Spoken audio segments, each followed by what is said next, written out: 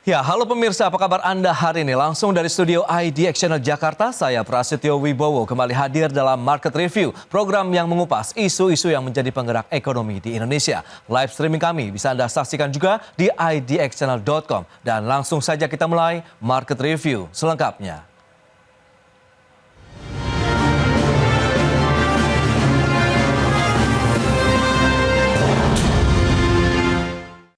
Indonesia kembali mempertahankan suku bunga acuan BI Rate di level 5,75% di bulan April 2025. Keputusan Bank Sentral ini masih konsisten dalam menjaga laju inflasi, nilai tukar rupiah dan juga pertumbuhan ekonomi. Rapat Dewan Gubernur Bank Indonesia pada tanggal 22 dan 23 April 2025 memutuskan untuk mempertahankan BI Rate sebesar 5,75%, demikian juga suku bunga Deposit Facility tetap sebesar 5% dan suku bunga Lending Facility tetap sebesar 6,5%. Keputusan ini konsisten dengan upaya menjaga perakiraan inflasi 2025 dan 2026 tetap terkendali dalam sasaran 2,5 plus minus 1%, mempertahankan stabilitas nilai tukar rupiah yang sesuai dengan fundamental di tengah makin meningkatnya ketidakpastian global, serta untuk turut mendukung pertumbuhan ekonomi. Demikianlah hasil rapat Dewan Gubernur Bank Indonesia yang memutuskan untuk mempertahankan suku bunga acuan BI Rate di level 5,75%. Bank Sentral juga menahan suku bunga Deposit Facility 5% dan suku bunga Lending Facility 6,50%. Dengan demikian, BI Rate bertahan di level 5,75% sejak Januari 2025 selama 4 bulan terakhir. Bank Sentral juga mencermati ketidakpastian perekonomian global yang semakin tinggi, didorong kebijakan tarif resiprokal pemerintah Amerika Serikat. Ditambah langkah retaliasi pemerintah China dan kemungkinan sejumlah negara lain yang meningkatkan fragmentasi ekonomi global dan menurunnya volume perdagangan dunia. Akibatnya pertumbuhan ekonomi dunia pada tahun ini diperkirakan akan menurun dari 3,2% menjadi 2,9%. Sementara itu, Otoritas Jasa Keuangan mencatat pada Februari 2025 kinerja intermediasi perbankan relatif stabil dengan profil resiko yang terjaga, di mana pertumbuhan kredit tetap double digit sebesar 10,30% secara tahunan menjadi 7.825 triliun rupiah.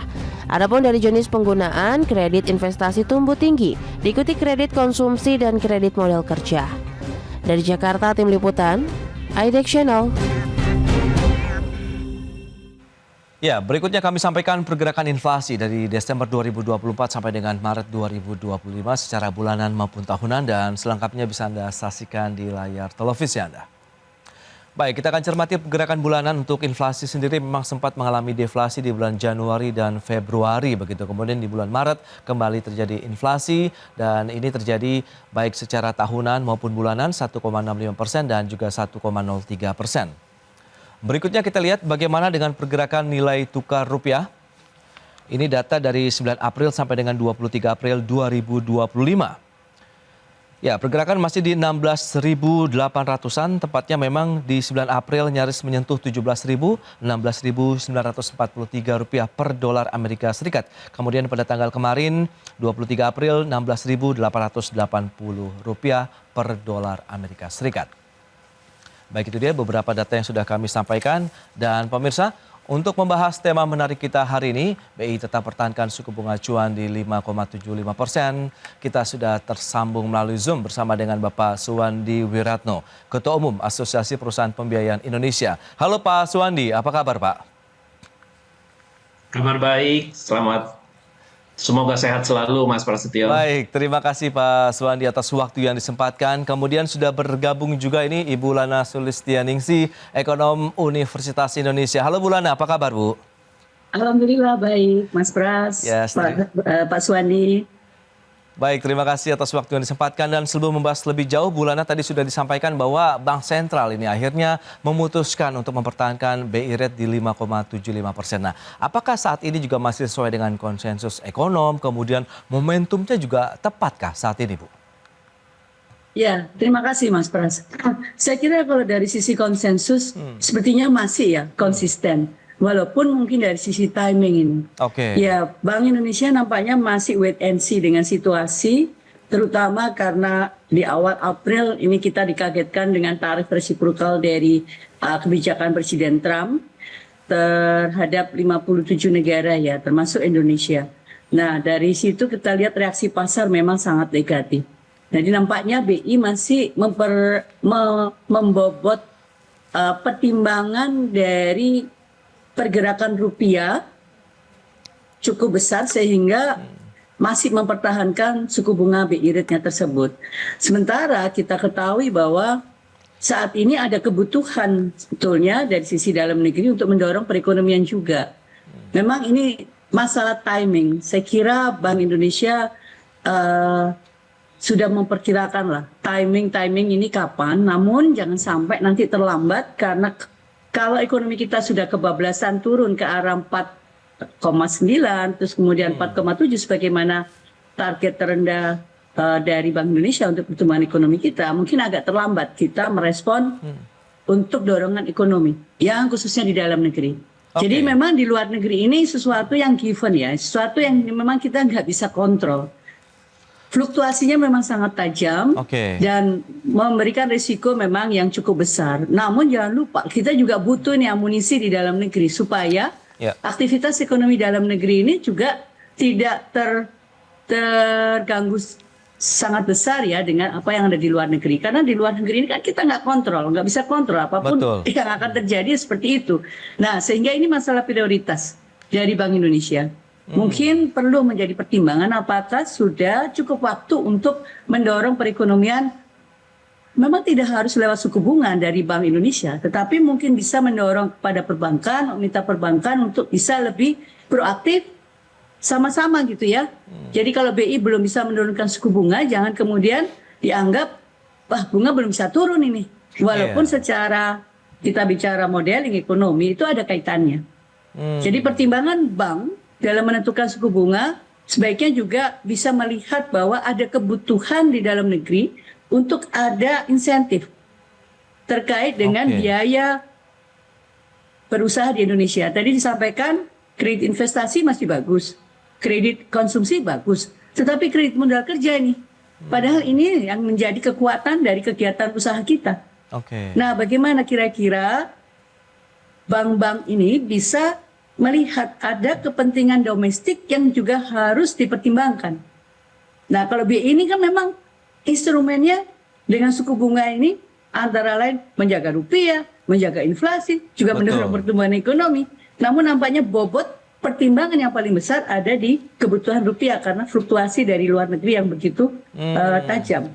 Baik, nah, itu dia. Tapi bagaimana dengan yang di dalam negeri ini? Jadi jangan sampai diabaikan juga nih kebutuhan di dalam negeri. Yes. Berarti nampaknya ada beberapa hal yang perlu dicermati, faktor eksternal maupun juga internal begitu yang perlu dicermati bersama khususnya Bank Sentral. Nah, kalau kita bicara mengenai sektor ini adalah satu sektor usaha yang juga mungkin bersinggungan dengan pergerakan suku bunga acuan begitu, sektor pembiayaan. Nah, Pak Suwandi, bagaimana sebenarnya kalau bisa diupdate terlebih dahulu nih kondisi dari dunia usaha khususnya di sektor pembiayaan sendiri, bagaimana sih Pak kondisinya paling tidak di kuartal 1 tahun 2025 ini? Ya, pertumbuhan perusahaan pembiayaan di kuartal 1, Mas Prasetyo, memang tidak sebagus dengan year on year tahun 2024 yang lalu. Dan memang ini sebenarnya dipicu oleh pelemahan daya beli yang memang sudah cukup lama kita rasakan, terkait di mana kita mempunyai 3 komponen, yaitu pembiayaan investasi, modal kerja, dan multiguna.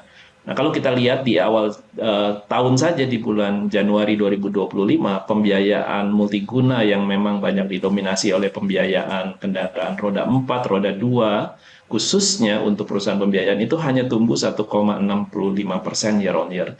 Nah, ini kita rasakan bahwa di awal tahun sudah terjadi perlambatan dan memang di kuartal pertama ini tantangannya sangat berat. Karena pertama, masuk di Januari, libur, juga mungkin baru mulai bekerja tidak langsung di tanggal awal-awal Januari. Bulan Februari pendek, terus kita juga berharap kemarin di bulan Maret itu mungkin terjadi peningkatan yang cukup baik. Memang terjadi peningkatan, namun tidak sebaik dengan tahun 2024 yang lalu. Nah, ini adalah indikasi sebenarnya, indikasi bahwa perlambatan ini dipicu oleh penurunan daya beli. Dan kita bisa melihat bahwa di perbankan sendiri juga sudah kita dengar berita-berita bahwa likuiditas ya Oke. sangat ketat di perbankan, dan memang sebenarnya apa yang Bu Lana sampaikan itu benar, bahwa kita juga mengharapkan bahwa pengucuran dana-dana dari kredit dari perbankan tetap bisa dilaksanakan. Namun demikian juga tekanan akan rendahnya pertumbuhan dana pihak ketiga ini juga menjadi masalah tersendiri kalau saya bicara dengan teman-teman perbankan, Bu Lana. Nah, ini yang tentunya memang ada hal-hal yang harus diprioritaskan. Tadi saya sepakat dengan Bu Lana bahwa prioritas terhadap suku bunga 5,75, bahkan apakah ini harus turun. Nah, turun itu tentu akan memicu daripada pertumbuhan kredit ini sendiri. Namun ada beberapa poin yang memang perlu dilakukan oleh kami pelaku ekonomi, baik di dunia finansial, perbankan maupun perusahaan pembiayaan non deposit taking. Kita sangat berharap dana kucuran dari perbankan tetap masih baik. Nah, sampai saat ini kita tidak menemukan masalah tersebut karena bagi kami perbankan masih menjadi partner yang paling utama, dan kami belum mendengar bahwa perbankan juga melakukan pengetatan. Harapan kita tentunya adalah apapun yang dikerjakan oleh Bank Indonesia melalui perhitungan-perhitungan yang sudah dilakukan bahwa tidak diturunkan suku bunga acuan ini, tentu tadi juga banyak faktor eksternal terkait dengan apa yang terjadi di dunia ya. Dan ini bukan hanya Indonesia yang terkena, yang kami juga dengar teman-teman kami perusahaan pembiayaan di Asia, karena kami adalah bagian daripada Asia Financial Service Association, semua merasakan hal yang sama. Ini pertumbuhan ini tahun 2025 ini memang sangat-sangat berat dan tantangannya sangat berat. Demikian Mas Prasetyo. Baik, itu dia. Tantangannya seperti apa? Mengingat kita tahu Bank Sentral mempertahankan di 5,75. Apakah cukup nyaman bagi industri pembiayaan? Kita akan bahas nanti di segmen berikutnya, Pak Suwandi. Kita akan jeda dulu sebentar, Bu Lana. Dan pemirsa, pastikan Anda masih bersama kami.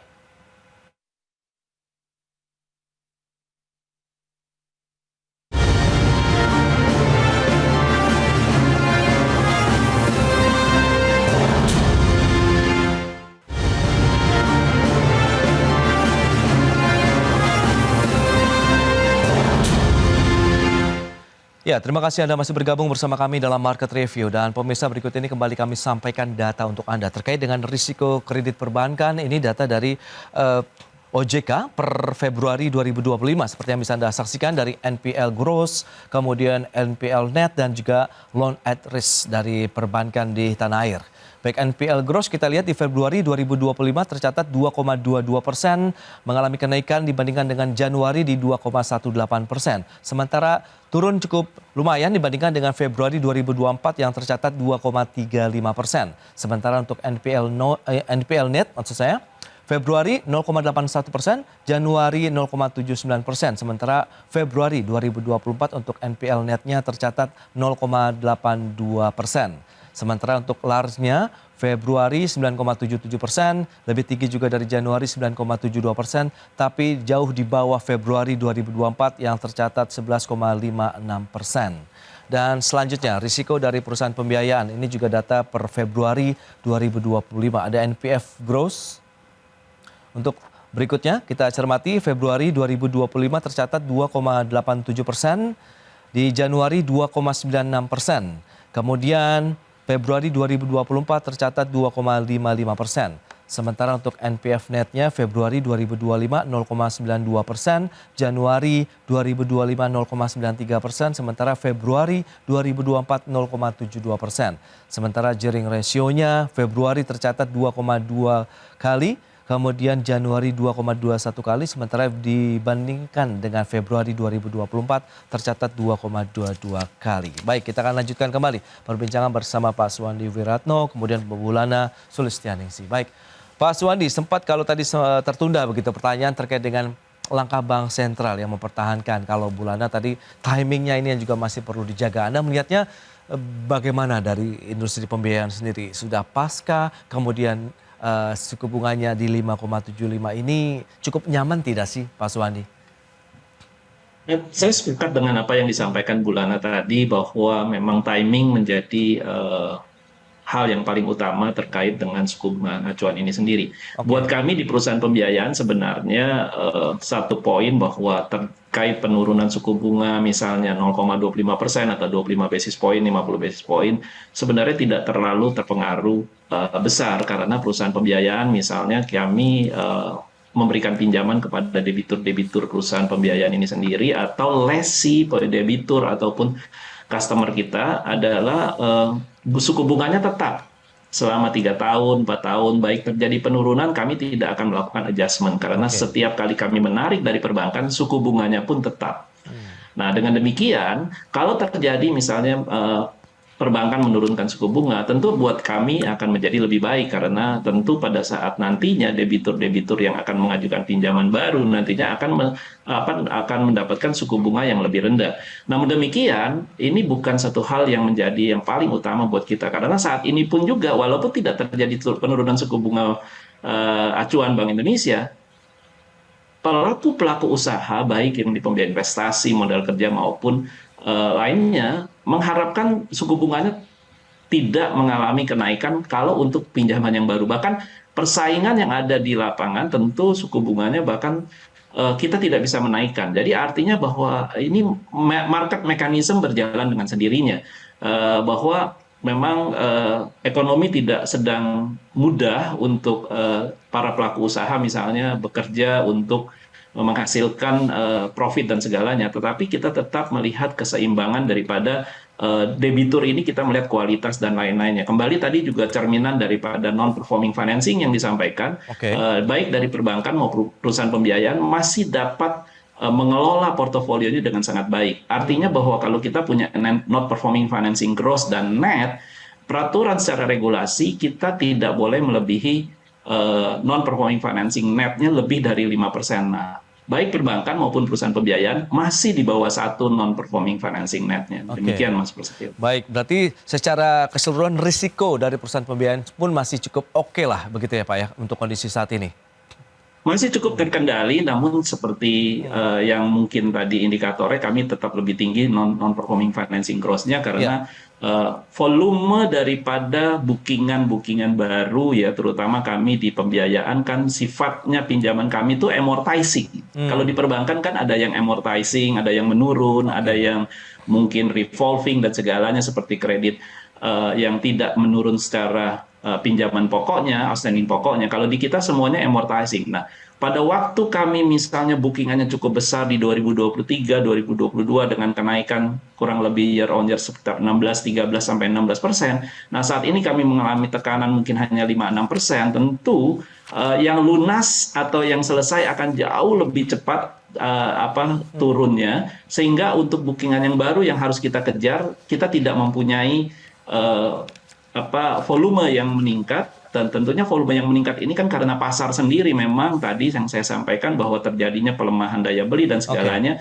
orang cenderung menahan untuk melakukan pembelian-pembelian yang sifatnya konsumtif ya, seperti pembelian kendaraan roda 4 maupun roda 2. Karena kita selalu melihat bahwa pertumbuhan ini harusnya bagus. Kita demografi penduduknya 280 juta, volume kendaraan yang sudah dijual selama beberapa puluh tahun terakhir ini tentu terjadi peningkatan-peningkatan yang sangat baik. Dan tentunya dari sifat masyarakat Indonesia tuh khususnya untuk mobil biasanya 5 tahun sekali kan ganti mobil gitu ya, Mas Prasetyo ya, karena ada servis gratis 5 tahun dan segalanya. Tapi kami melihat kok ini terjadi penundaan. Mungkin penundaan ini lebih ada skala prioritas dari debitur-debitur yang mungkin sudah lunas, yang sudah mungkin kendaraannya lebih dari 5 tahun, mungkin nggak diambil dulu kendaraannya pada saat ini. Jadi itu hal yang kita cermati saat ini. Baik, ini menarik. Nah, kalau dari sisi risiko kredit perbankan ini, Bu Lana, Anda melihatnya bagaimana begitu? Dari sudah disampaikan juga NPL gross-nya 2,22%, NPL net-nya juga 0,81%, kemudian loan of at risk-nya juga sekitar 9,77% begitu. Anda melihat bagaimana dengan kondisi perbankan saat ini dengan ditahannya juga suku bunga acuan oleh Bank Sentral? Ya, Mas Pras, terima kasih. Saya kira sekarang ini ya pelaku usaha karena dengan segini kompleksnya ya ketidakpastian yang ada, nampaknya pelaku usaha ini sedang mencari posisi aman juga. Jadi mereka menahan diri untuk ekspansi, untuk melakukan produksi yang berlebihan karena tadi ada demand dari konsumen yang menurun karena daya beli. Jadi semua kompleksitas ini mengerucut nampaknya kepada masing-masing itu menjaga risiko. Ya. Nah, tapi kalau itu terjadi, artinya bank melihat bahwa ini ada perekonomian yang uncertainty-nya tinggi. Nanti pelaku usaha juga melihat ada uncertainty yang tinggi. Semua melihat ada uncertainty yang tinggi. Yang ada perekonomian kita bisa nggak bergerak secara maksimal ya. Kita memang potensial secara ekonomi kita, ada potensi ekonomi kita itu sekitar 5% sampai 5,5% itu istilahnya potensial growth kita itu bisa mengarah ke sana. Tapi karena semua tadi cenderung akan menahan diri karena dalam tanda petik ini risiko meningkat, yang ada nanti kita turun di bawah bahkan kok jadinya turunnya kebablasan misalkan sampai 4,7%. Nah ini yang saya pikir kita juga perlu melakukan suatu forward looking. Betul risiko sekarang ada, tetapi apakah risiko ini bisa termitigasi? Kalau kita bisa melihat misalkan oke, termitigasi, kenapa nggak sedikit kita mau melakukan sedikit bukan risk taker tetapi mengukur bahwa risiko ini cukup terukur kok. Jadi nggak ada salahnya kita agak sedikit ekspansi, mau menambah produksi. Karena ini seperti telur dan ayam. Kalau enggak, nanti nggak ada yang membreakthrough ini. Nah, kita pikirkan ke depan ini apa sih yang menjadi prioritas. Terlebih lagi, Presiden Prabowo mencanangkan untuk asta-citanya ini, dan nanti target sampai akhir kepemimpinan di tahun 2030 itu 8%. Dan tahun ini harusnya targetnya itu 5,5% atau 5,7%. Nah kalau drop sampai di bawah 5, ini artinya 1% turun dari target pemerintah. Ini implikasinya banyak, Mas Pras. Itu dia. Strateginya seperti apa yang perlu diterapkan, Bu Lana? Tapi tahan dulu jawabannya sebentar. Kita akan bahas lagi nanti di segmen berikutnya ya, Pak Suwandi. Kita akan jeda dulu sebentar. Dan pemirsa, kami akan segera kembali usai pariwara berikut ini.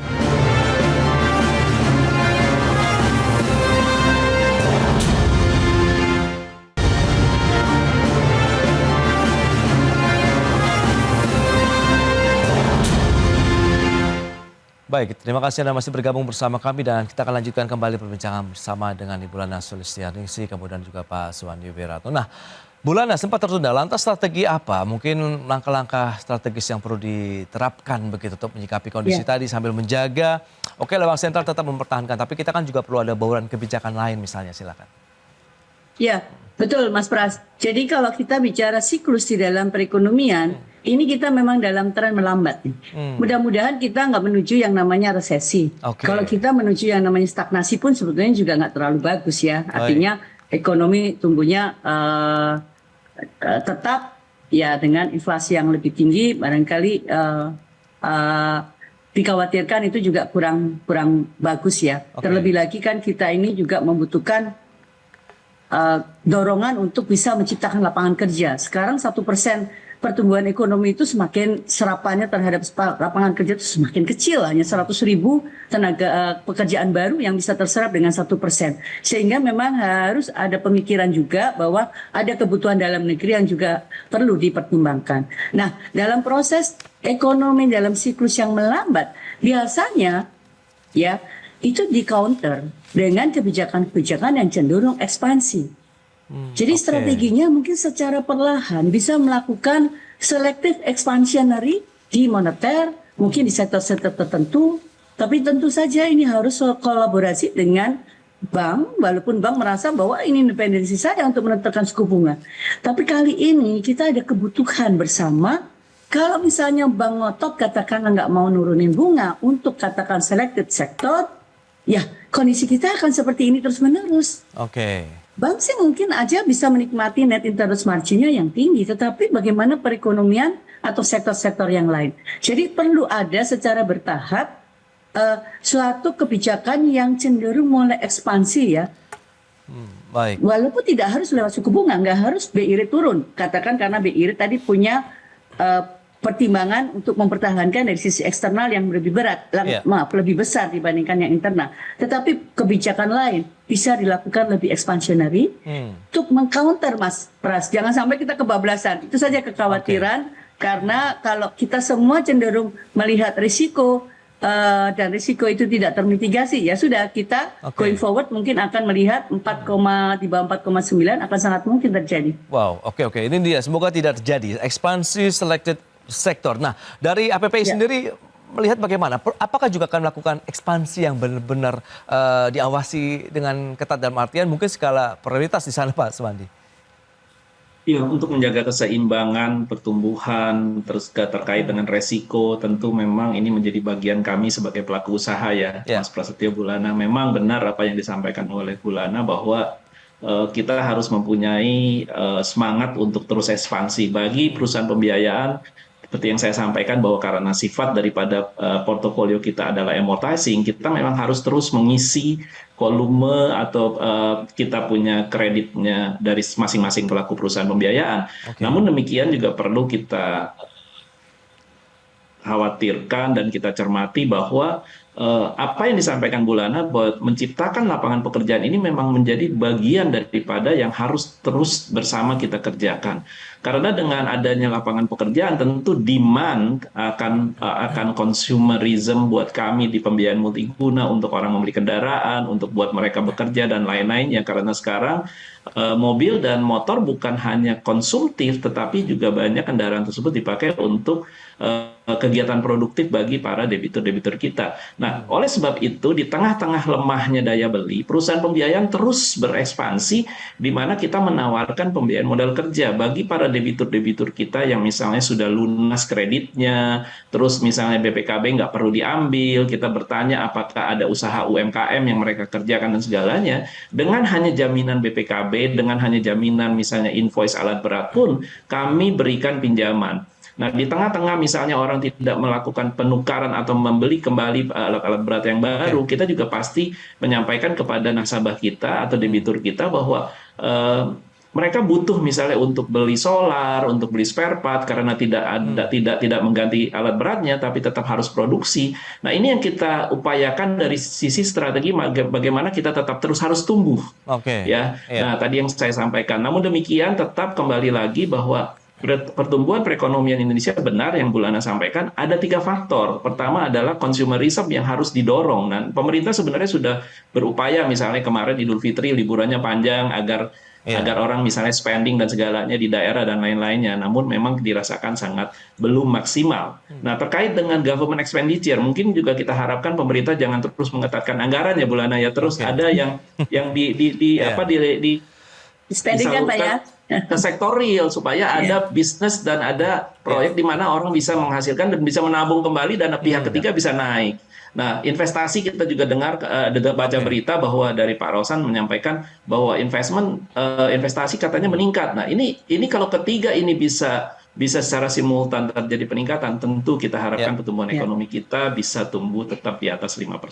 Baik, itu dia. Terima kasih Pak Suwandi, Ibu Lana atas informasi update dan juga bagaimana analisis yang sudah diberikan bahwa memang kita butuh juga nih ekspansi, langkah-langkah positif juga yang perlu dilakukan oleh dunia usaha, kemudian kolaborasi tentunya dengan kebijakan-kebijakan yang ditentukan oleh pemerintah begitu untuk bagaimana bauran kebijakan fiskal moneter ini bisa mendorong juga geliat industri di dalam negeri dan ujung-ujungnya juga mendorong pertumbuhan ekonomi nasional. Ibu Lana, Pak Suwandi, terima kasih banyak atas informasi yang sudah disampaikan. Sampai berjumpa kembali. Terima kasih.